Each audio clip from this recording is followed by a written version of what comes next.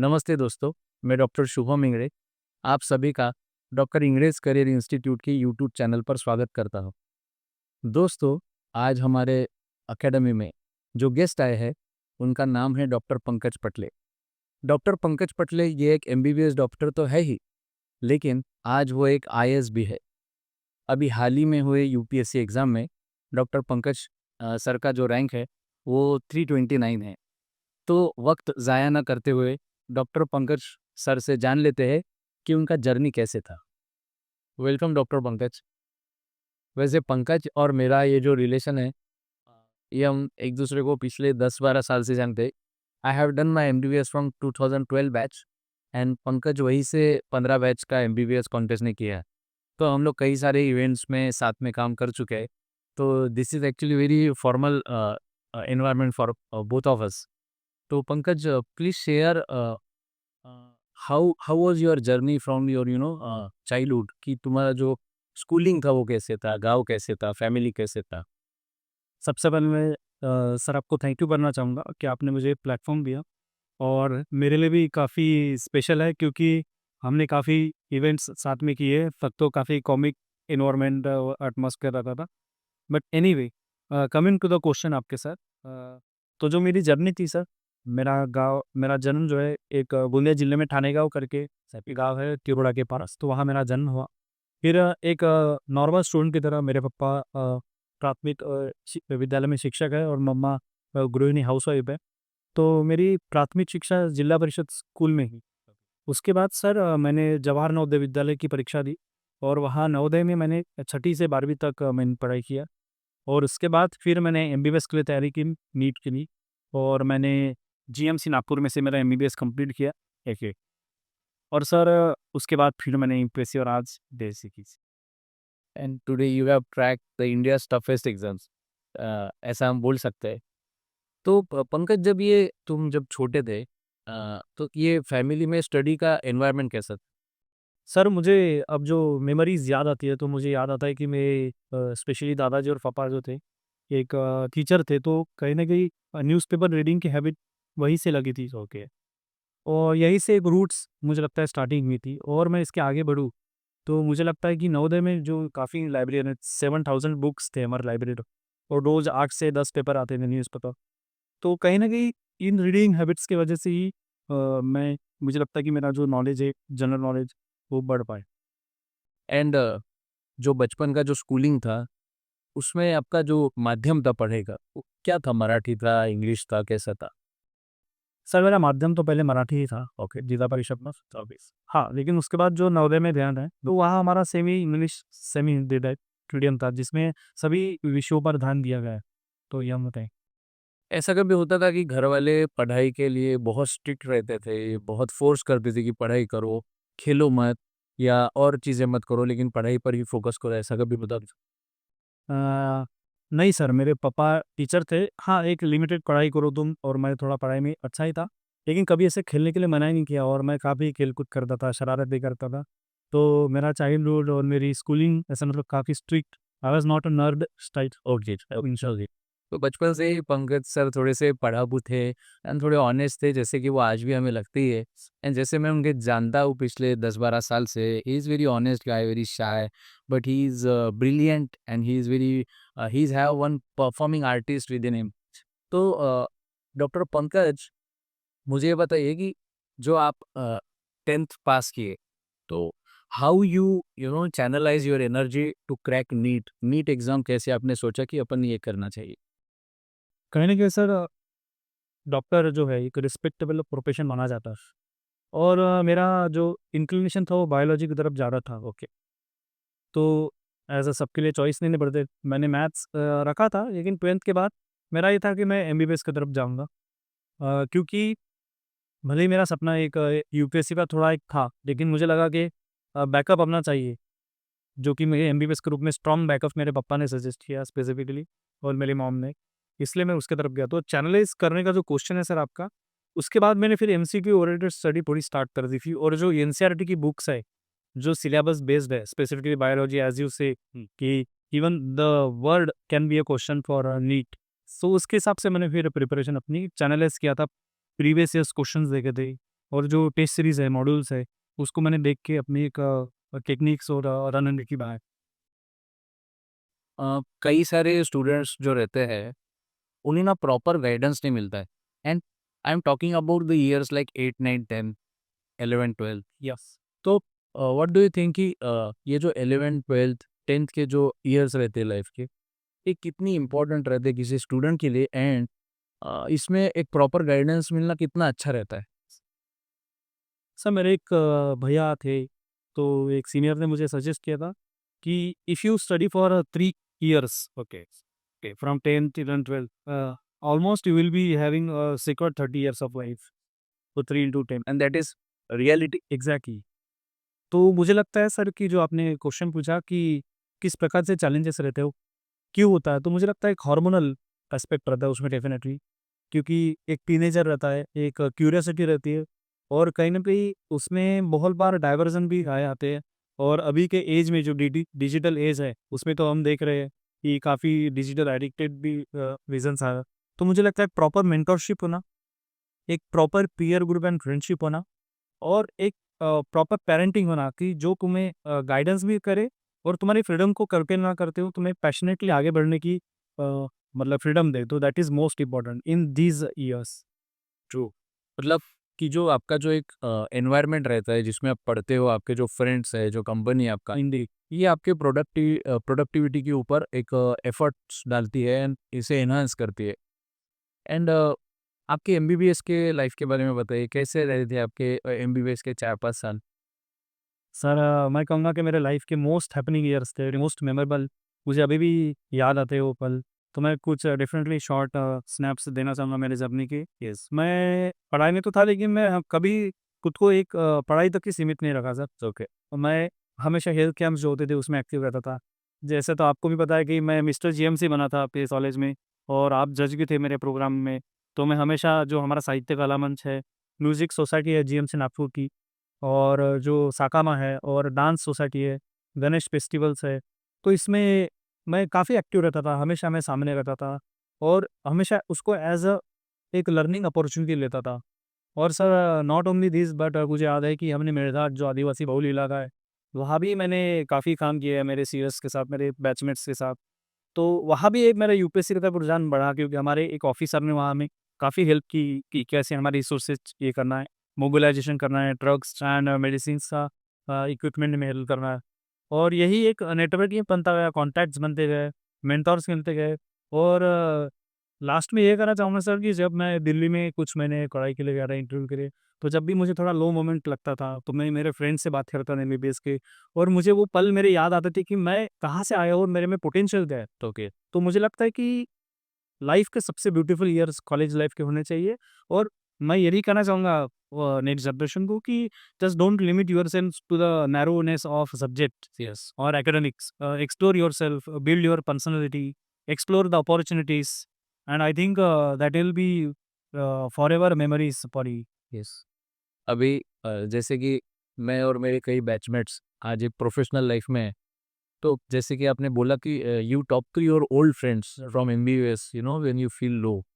तो मुझे भी ऐसा लगता है हम लोगों को कि जो फ्रेंड्स बनते हैं वो एक्चुअली बचपन में बनते हैं, मतलब जो अंडर ग्रेजुएट के जो दिन रहते हैं, हिंदी यूजी के जो दिन रहते हैं, उसी में फ्रेंड्स बनते हैं। उसके बाद जो भी है वो प्रोफेशनल कल ही कर ले। तो जाहिर सी बात है कि आपने उस पर, तो एक अच्छी बात है कि मुझे हमारे हॉस्टल का एक इवेंट बहुत ही याद आता है हमेशा, एंड वो शायद तुम्हारा भी एक मेमोरेबल इवेंट रहेगा।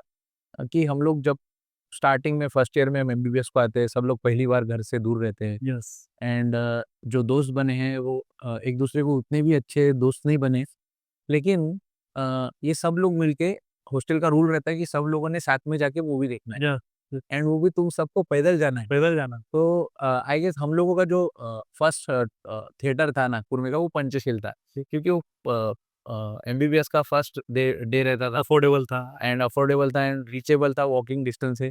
फिर जैसे जैसे हम सीनियर बनते जाते हैं तो हमारे थिएटर्स चेंज हो जाते हैं। या that is a wonderful memory which I have. So I want to add also कि आपकी ये लेगेसी जो न्यू ईयर थी हमने भी जारी रखी थी, और हमारा भी फर्स्ट मूवी पंचशील में ही था। यस। और हम ही हॉस्टल के जो 70-80 लोग थे, हम एक साथ गए थे। तो yes that is continue, I hope so. Yes yes and वो जीएमसी नागपुर का एक बहुत मुझे लगता है कि एक काफी कोर है, या कोर पार्ट है वो जीएमसी का, एंड वो कंटिन्यू ही रहेगा ऐसा मुझे इंडीड सर। लगता है। And मुझे डॉक्टर पंकज ये बताइए कि आपका जो यूपीएससी के एग्जाम के दौरान का जो स्टडी रूटीन था, यस, वो कैसे था, एंड किसी अगर कोई बच्चा अगर प्रिपेयर करता है एग्जाम के लिए, तो उसने क्या मिस्टेक्स अवॉइड करनी चाहिए? Give the crux of this question. If you fail to plan, you are planning to fail here. So routine is most important thing. कभी कभी क्या होता है कि लोग शुरुआत में 15-14 घंटे पढ़ लेते हैं, लेकिन जो मोमेंटम है फिर से डाउन होके 1-2 घंटे पे आ जाता है। तो rather than that I think consistency is more important. Beat 10 hours, 8 to 10 hours I think was my routine. And coming to my personal routine sir, मैं सुबह 7:30 तक उठ जाता था, और फिर 8:30 तक मैं लाइब्रेरी पहुंच जाता था। और मुझे लगता है कि बेड टू टेबल रेशो कोई भी एग्जाम रहे, बीट नीट जेई, मुझे लगता है कि that should be less. Okay. और as early as you are waking up from bed and doing your routine stuff, you should be on the study table within an hour okay. mostly. फिर एक सुबह का session निकलता sir, मैंने अपने sessions को लगभग 3 से 4 सेशंस में डिवाइड किया हुआ, ओके। 3-3 आवर्स के। ओके। और लगभग 9 बजे से 12 साढ़े 12 तक एक सेशन, उसके बाद लंच, और फिर से एक नून में 4:30-5 बजे तक एक छोटा सेशन, फिर से एक थोड़ा स्पोर्ट एक्टिविटी, बात एंड ऑल दैट, 1.5-2 घंटे तक। और उसके बाद फिर 9 साढ़े 9 तक एक छोटा सेशन 2-2.5 घंटे का। और रात में डिनर के बाद पेरेंट्स, मम्मी डैड से बात करके, फ्रेंड से बात करके, और नाइट में थोड़ा रिवीजन जो भी पढ़ा है, और कल की प्लानिंग। तो ये 2 घंटे तो अल्टीमेटली मेरा जो प्रोडक्ट बट सिटिंग कैपेसिटी तो that will be more, but जो मेरा प्रोडक्टिव आवर्स थे सर, वो 8 to 10 आवर्स थे नॉर्मल डेज में। और जैसे एग्जाम्स पास आ रहा है, तो as we are adaptable to situation, वो कभी कभी 12 घंटे तक बढ़ जाता था, but okay. Normally it was 10 hours. Okay. तो मैंने एक थॉट्स भी पढ़ा था किसी का कि even in normal activity it should be 8 into 3, 8 hours of sleep is must, 8 hours of study, and 8 hours of extracurricular activity whenever you want to do. That's a great, a schedule for any exam. Actually, what you have focused on disciplined action Yes. and planned activity which are necessary to crack any exam, like NEET, IIT mains or any exam. And that's a wonderful message. आप एक civil servant की नज़र से कैसे देखते हैं life को अभी आगे? यस सर, बिल्कुल। अभी तो मेरे 2 महीना टाइम है, उसके बाद हमारी ट्रेनिंग रहेगी जो मसूरी है, LBSNAA, Lal Bahadur Shastri academy, which is one of the dream place, और उसी के लिए मैंने मेहनत किया था।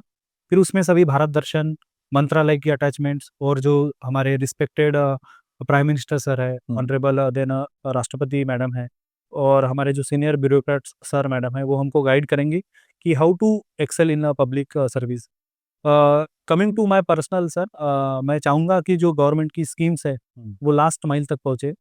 एंड सेकेंडली मुझे लगता है कि मैं इर्रिस्पेक्ट ऑफ फील्ड, चाहे मुझे कोई भी डिपार्टमेंट मिले, चाहे कोई भी मुझे रिस्पॉन्सिबिलिटी मिले, मैं उसमें अपना 100% देना चाहूँगा। और साथ ही साथ एक पर्सनल लाइफ को बैलेंस करते हुए एक पब्लिक सर्विस, जिसे मैं शॉर्ट में कहूँगा कि माय कोई भी पीपल ऑफिसर्स, जिसे कहते हैं कि I should be, doctor Pankaj should be a people's officer, Okay. and everyone can have attachment to me. And definitely as a doctor, you know that we have inherent empathy Yes. for any person, Yes. that compassion is always there. So मुझे लगता है कि वो compassion मैं public service में लाना चाहूँगा।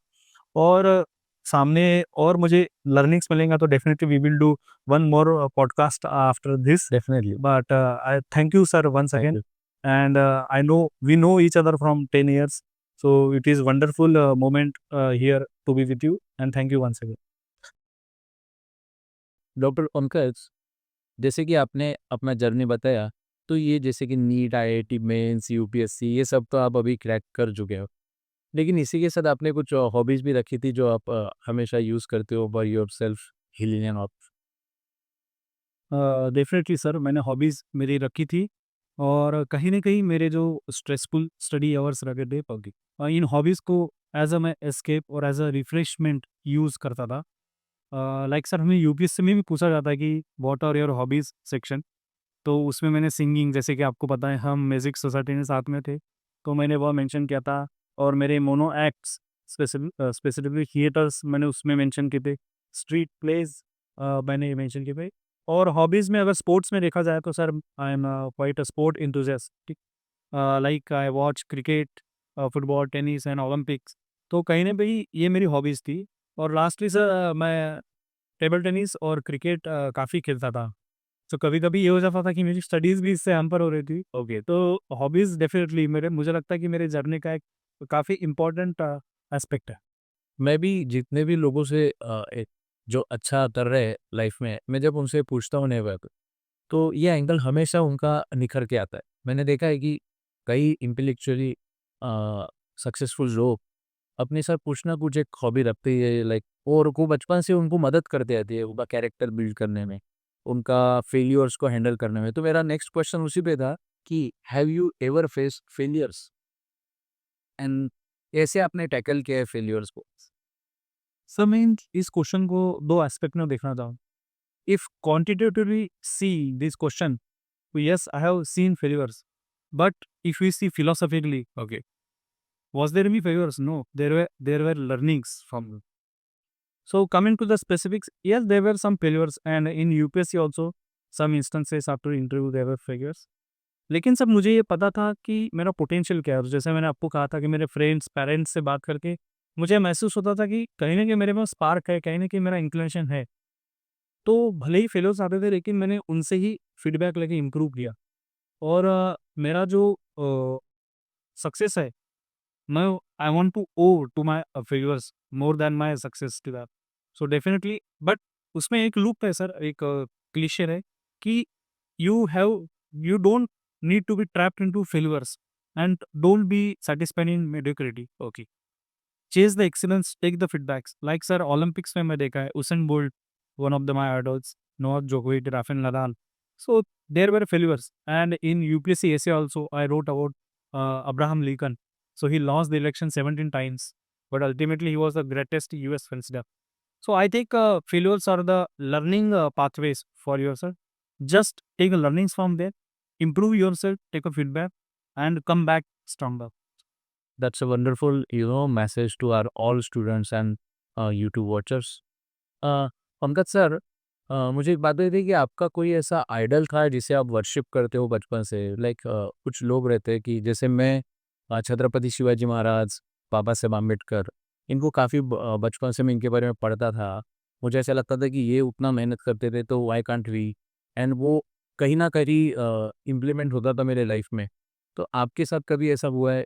It can be anyone, like sports person और एनी पोएट और एनी एक्टर। आपका कोई ऐसा था जिसे आप मानते थे कब? Uh, बचपन से तो मेरा रीडिंग काफ़ी है, तो मेरे काफ़ी आइडल्स और इंस्पिरेशंस रहे। लेकिन to name the few, firstly मुझे लगता है spiritually Gautam Buddha philosophy are quite helpful in studies. Secondly spiritually if you see Swami Vivekananda's learning, they are quite helpful. And coming to the that resilience, that tenacity, I take it from sport person specifically. Like there is a Michael Phelps, who was the greatest Olympic swimmer. Then Usain Bolt, he was the Olympic champion. So मैं sir इन सभी sport person से as a student मैं सभी से अच्छी qualities लेता हूँ और उन्हीं को इम्प्लीमेंट करता हूँ मैं कि how to be a successful in irrespective of your field, be it student, be it farmer, be it scientist. You need to take inspiration from such stalwarts and take learnings from them, और इसी को साथ लेके अपने को आगे बढ़ना है सर। ओ यस। कोई बुक्स आप सजेस्ट करोगे कि जो बच्चों ने फॉलो करनी चाहिए, ऐसी कोई बुक्स आप रिकमेंड करोगे, कोई भी थीम? Sure sir, definitely. मुझे लगता है कि एक युval नोआ हरारी और एक यस सेपियंस, उनकी बुक शायद आपने भी पढ़ी होगी, और मोहम्मदियस। तो मुझे लगता है everyone should learn and read that book, और that how we came as a homo sapiens and conquer the earth yes from coming from the eight family. ये बुक पढ़ना चाहिए। एक सर नाइकी की जो ऑटोबायोग्राफी है, shoe dog, so that how to build a successful entrepreneurial business, okay, that can be learn upon. And thirdly मुझे लगता है सर कि 2 बुक्स मैं रिकमेंड करूँगा कि Indian constitution specifically okay. You should learn, though it is academic but still, and I think Gita can be a spiritual pillar, you can go from that. Doctor Pankaj, ये क्या thought process था जिसने आपको MBBS से सीधा UPSC में जाने के लिए इंस्पायर किया था? सर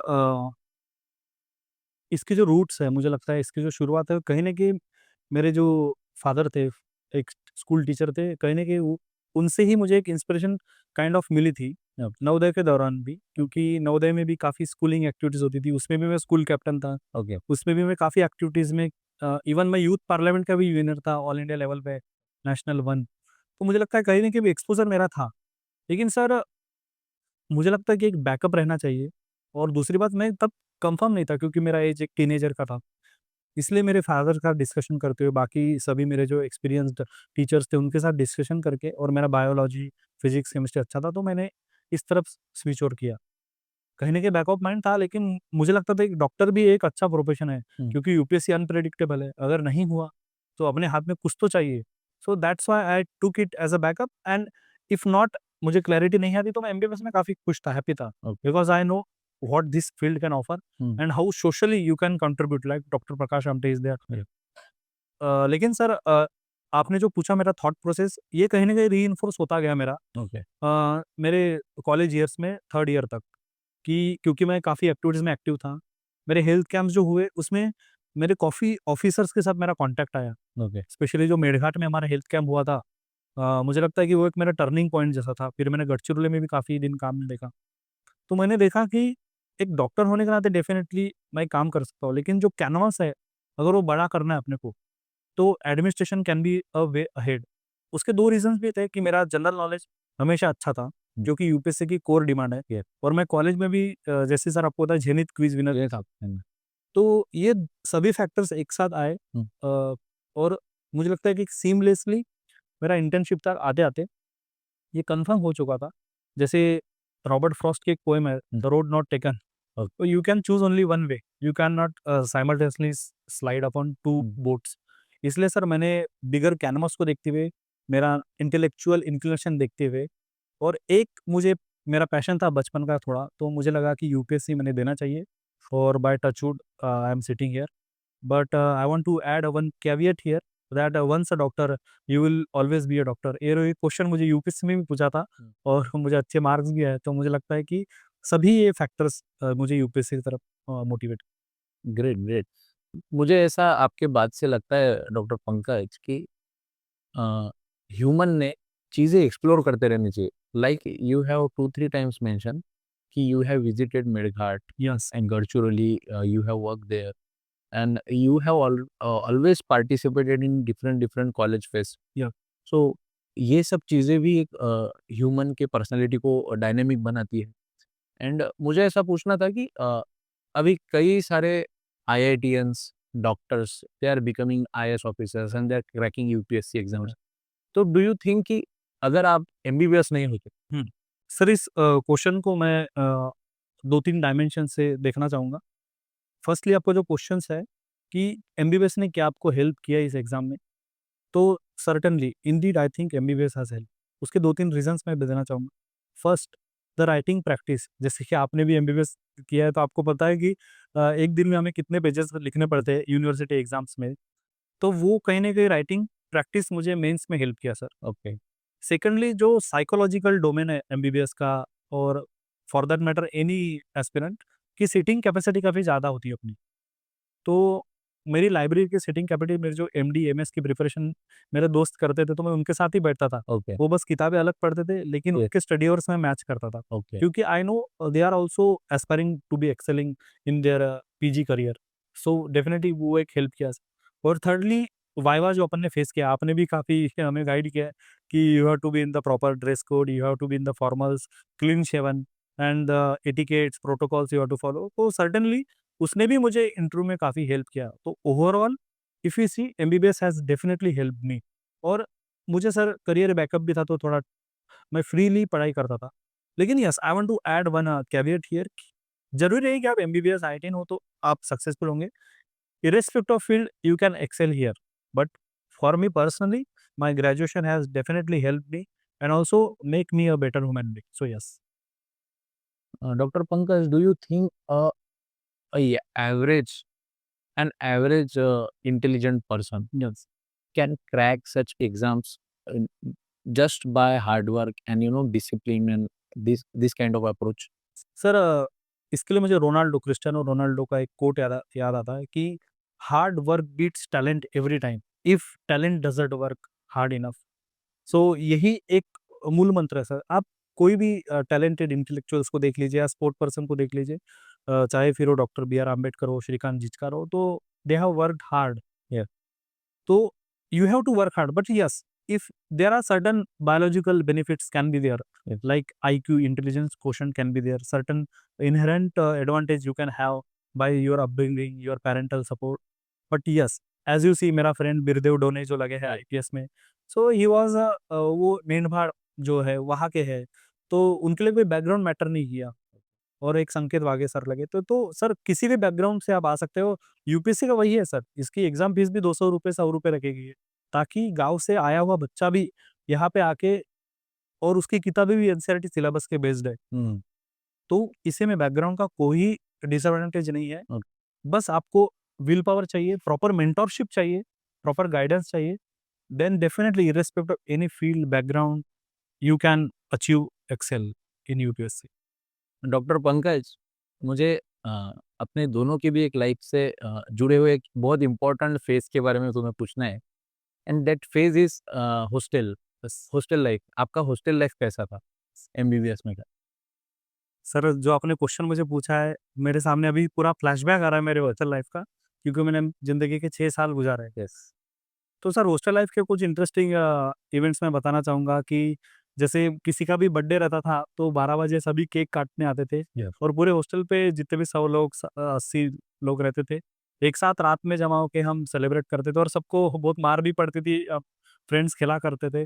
सेकंड मेमोरी मुझे याद आती है कि कोई भी इवेंट हॉस्टल पे होता था, दही हंडी रहे या गणेश उत्सव है, तो हम सभी लोग एक साथ काम करते थे, ग्राउंड वर्क करते थे, और फिर हम सेलिब्रेट भी करते थे। थर्ड एस्पेक्ट सर मुझे याद आ रहा है कि सीनियर जूनियर बॉन्डिंग। पहले तो थोड़ा पर्सनैलिटी डेवलपमेंट होता ही था थोड़ा बहुत, यस। जो कि अभी काफ़ी स्ट्रिक्ट है, लेकिन उनके साथ ही हमारे सीनियर जूनियर की जो बॉन्डिंग बनी सर, एक बड़े भाई और छोटे भाई के रूप में बनी। और चाहे कभी भी कोई बीमार रहे, कोई फाइनेंशियल हेल्प रहे, कोई इमोशनल हेल्प रहे, तो सीनियर्स ने काफ़ी हेल्प की है। और हॉस्टल डेज़ तो अभी भी याद आते हैं सर कि हम पूरे एक साथ कॉलेज को जो फर्स्ट ईयर में जाते थे, तो लगभग 100 लोग एक साथ निकलते थे। सबको लगता था ये छोटी वानर सेना कहाँ जा रही है। तो वो एक इंटरेस्टिंग मोमेंट था। और एक मुझे हॉस्टल ने सिखाया सर कि यूनिटी में क्या स्ट्रेंथ है। Yes. तो चाहे एक जन का भी कोई इशू रहे, सभी हॉस्टल एक साथ आता था। और हम पहली बार काफ़ी घर से बाहर निकले थे, काफ़ी मेरे दोस्त, तो उनके लिए होम अवे फ्रॉम होम था हॉस्टल। यस। और अभी भी जब मैं विज़िट किया, कल ही मेरा प्रोग्राम रखे थे हॉस्टल पे, जो मैंने आपको बताया, तो मुझे काफ़ी इमोशनल लगा, और इट वाज़ क्वाइट नॉस्टैल्जिक कि मेरी होमकमिंग इतनी प्यारी हुई। तो sir hostel days are one of the best days, और मुझे लगता है कि चाहे कोई भी कॉलेज हो, कोई भी स्ट्रीम हो, सभी के लिए हॉस्टल डेज़ आर मेमोरेबल। तो मुझे लगता है कि explore yourself, being in a brotherhood, and I am sure that you will cherish this memories forever. अभी रैगिंग होता है कोई भी मेडिकल कॉलेजेस में? सर मैं पहले सुनता था कि काफ़ी होती थी, लेकिन हमारे गवर्नमेंट लॉज़ अभी काफ़ी स्ट्रिक्ट है, और अभी यह जो प्रथा है काफ़ी हद तक कम हो चुकी है। और दूसरी बात ये है कि सीनियर जूनियर का बॉन्डिंग भी अभी काफ़ी हद तक पॉजिटिव हुआ है, यस। और हमारे वक़्त भी हमारे सीनियर्स काफ़ी हेल्पफुल थे। तो इंडीड मुझे लगता है कि रैगिंग ना होते हुए एक अच्छा बॉन्डिंग होके एक सीनियर जूनियर ब्रदरहुड यस। आगे बढ़ना चाहिए, यही मैं एक संदेश देना चाहूँगा। तो दोस्तों, ये थे doctor Pankaj Patle, MBBS and to be an IAS officer. Doctor Pankaj ने हमें अपना कीमती वक्त दिया, एंड उनके प्रिपरेशन के कई सारे जो उन्होंने फॉलो किए हुए सीक्रेट्स थे वो शेयर किए। I am very thankful to him. लेकिन जाते जाते मैं स्टूडेंट्स एंड उनके लाइफ के प्रति डॉक्टर पंकज से ऐसे 3 टिप्स पूछना चाहूँगा कि जो वो स्टूडेंट्स को देना चाहते हैं। तो सर मेरे तरफ से 3 टिप्स यही रहेगी। 3 inputs from my side for every student irrespective of field. The first one will be that please take care of your mental health. That it's most important, and take a relaxed life. Secondly, that have a proper mentor and have a proper friend circle, so that rather than divert on the distraction. You should have a proper path to chase that aim. And lastly, that please don't lie to yourself. Be honest with yourself, follow your passion, and my best wishes to you to achieve your goal. Thank you.